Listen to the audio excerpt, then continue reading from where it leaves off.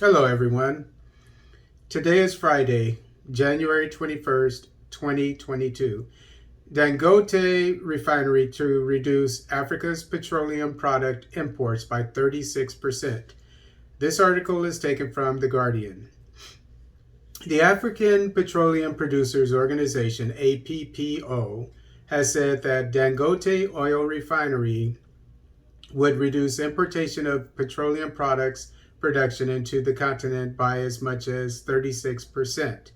Besides, the organization expressed confidence that the success of the project could incentivize the rise of similar projects across Africa despite the current focus on energy transition.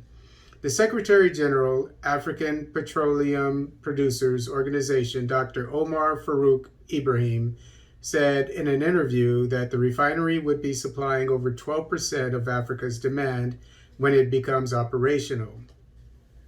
Excuse me.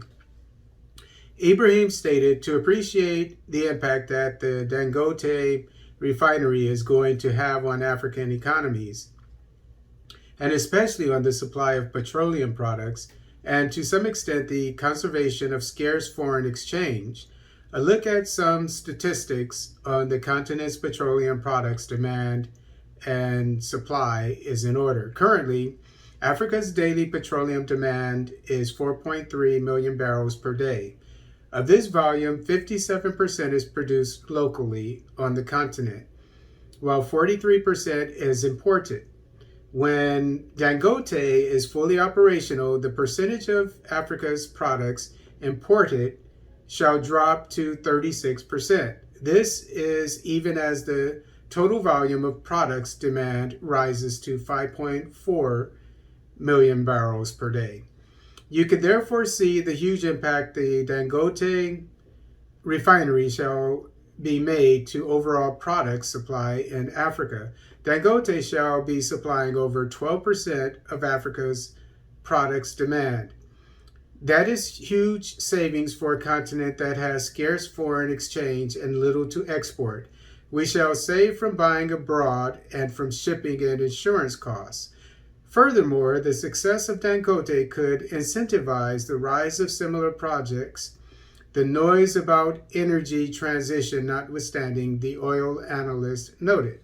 Ibrahim also hailed Dangote's decision to go ahead with the construction of a crude oil refinery despite a campaign against fossil fuels, adding that the demand for fossil fuel is going to continue for several decades to come.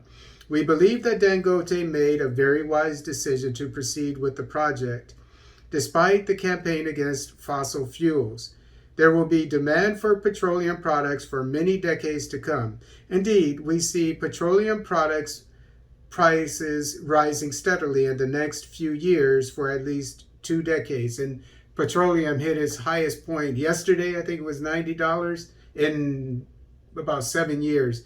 And today was even higher, from what I understand. This is because new refineries are not coming up in Europe and North America, where Africa imports 34% of its supplies because their governments have embraced energy transition, some willingly, others due to pressure. So some of the sources of Africa's imports are going to dry up. At the same time, Africa will not be in a position to fast track the development of non-fossil fuels.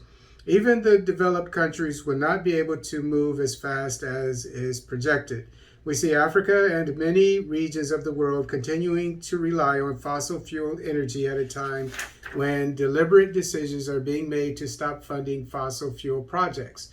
The world risks abandoning fossil for renewable, but in the end, not getting the renewables, and at the same time losing the fossils due to deliberate neglect, he explained. Ibrahim urged African refiners to invest more in technology and develop the right expertise to manage their refineries, which are going to serve the continent as Western refineries halt the establishment of more refineries. He stated African refiners have no cause to worry about their investments. All they need to do is to ensure that they have developed the right expertise to manage their refineries, get honest managers, and staff to run their business and come together to join APPO's initiative to establish foundries and other equipment manufacturing plants to service their refineries. Once they have these, the market is there for their products. And so, again, Nigeria is setting the example of an independent African nation. In this case, is Dangote, the richest man in the world, as you know. His refinery, one of the largest in the world, is going to be able to service the African continent to a very large degree and give the African continent energy independence from the rest of the world, which is extremely important these days. It's going to give quite a bit of energy independence, and hopefully other African nations like Angola, Ghana that produce oil will take up the mantle and do what Dangote is doing. And all it takes is a phone call or Zoom meeting or what have you to talk to this great man and pick his brain so you could do the same thing.